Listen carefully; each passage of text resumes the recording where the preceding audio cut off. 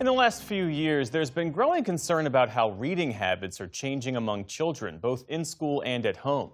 That includes questions about what kids are reading and why fewer books seem to be part of their educational diet. Now, a provocative new essay is widening the lens, raising similar questions about reading habits across the broader population. Senior arts correspondent Jeffrey Brown has our conversation. You can see it in the numbers. Fewer than half of all American adults reported reading a book of any kind in 2022, according to the National Endowment for the Arts. And just 38% read a novel or a short story.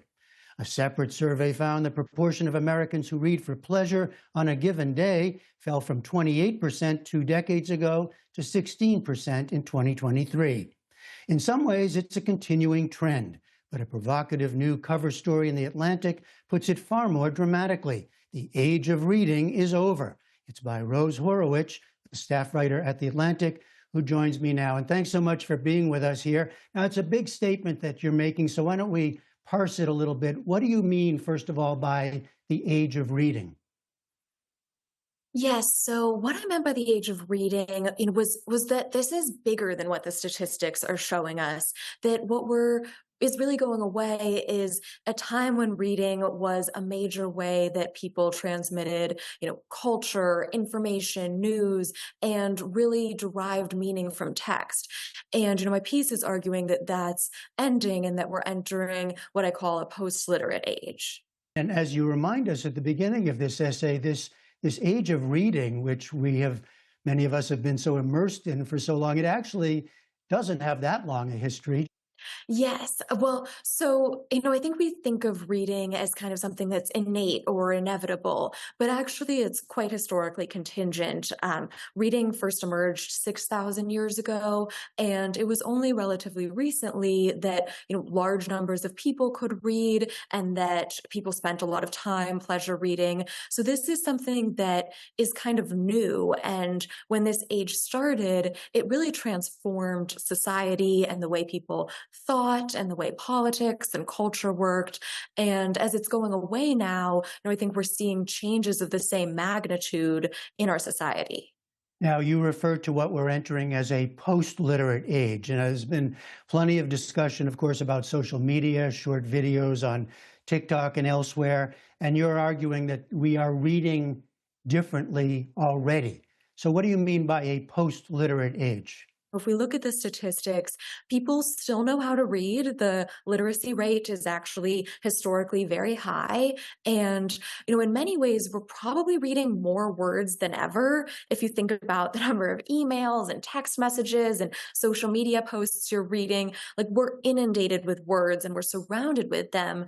But what's happening is that this kind of these number of words that we're swimming in has made it so that it's almost so difficult to focus on, any serious or complex work of literature for an extended period of time.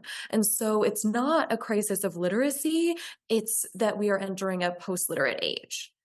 And you write, reading shaped the modern mind. Its disappearance will reshape it. How will that change things? The bedrock principle in neuroscience is that you get good at what you practice and your brain adjusts to, improve at the things that you spend time doing. And so if we are spending less time reading, as we know that we are going to struggle much more to do it. And it's not that, we're going to be unable to decode words, but we have much less background knowledge and vocabulary to aid in comprehension. We are less accustomed to persisting through something for an extended period of time. And already we see that, 2 decades ago, the average attention span on a screen was 2.5 minutes. And 5 years ago, it fell to 47 seconds. So we're already seeing, people kind of being less accustomed to focusing on something. We're already seeing an erosion of some of our, abilities to do complex synthesis and analysis and comprehension. And we can expect that would continue. And some of these things, we have been looking at on our program and, of course, have been well documented elsewhere, just the way this impacts children and the way they learn. Yes, I think for me, reporting this piece, sort of the most chilling statistic I found was that only 2% of American adults report reading to a child on any given day. And so I think, we see now that the current young generation enjoys reading much less and spends less time reading than today's adults did when they were kids. We know that every year older a child gets, the less they like to read.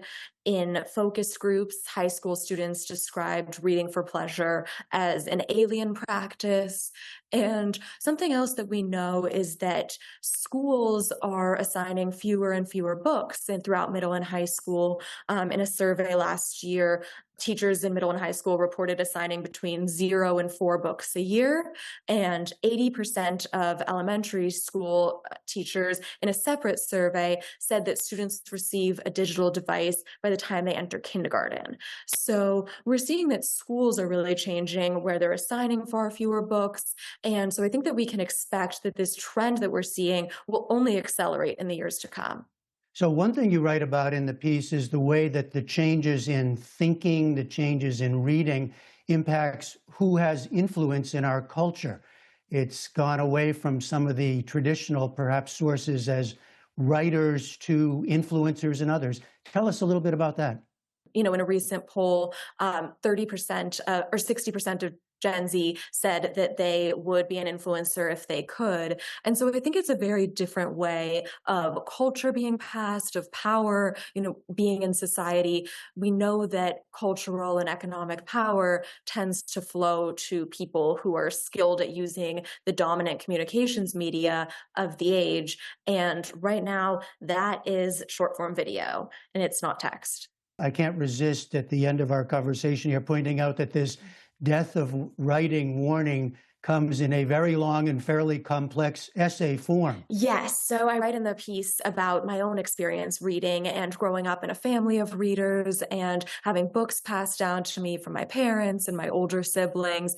And there definitely was an irony in putting this, warning about how nobody reads in a 9,000-word essay. But, I wanted to share my experience because I think that other people can relate to it. I loved reading when I was a child, and I still love reading today, but I noticed that it almost slipped away from me without me even noticing. All right. Rose Horowitch, thank you very much. Thank you for having me.